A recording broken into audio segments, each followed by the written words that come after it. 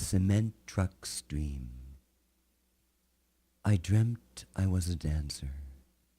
My neck and arms were pale and impulsive against a black stage.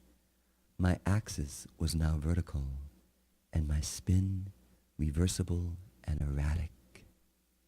Gone was the hydraulic pressure. Gone were the grout and the gears grumbling. Gone the guttural voidance of my gunk into a hardening purpose. Movement was no longer a job. It was a gig. I had ribs and joints that did their damnedest to delight, and white toes that could turn on a silver dime.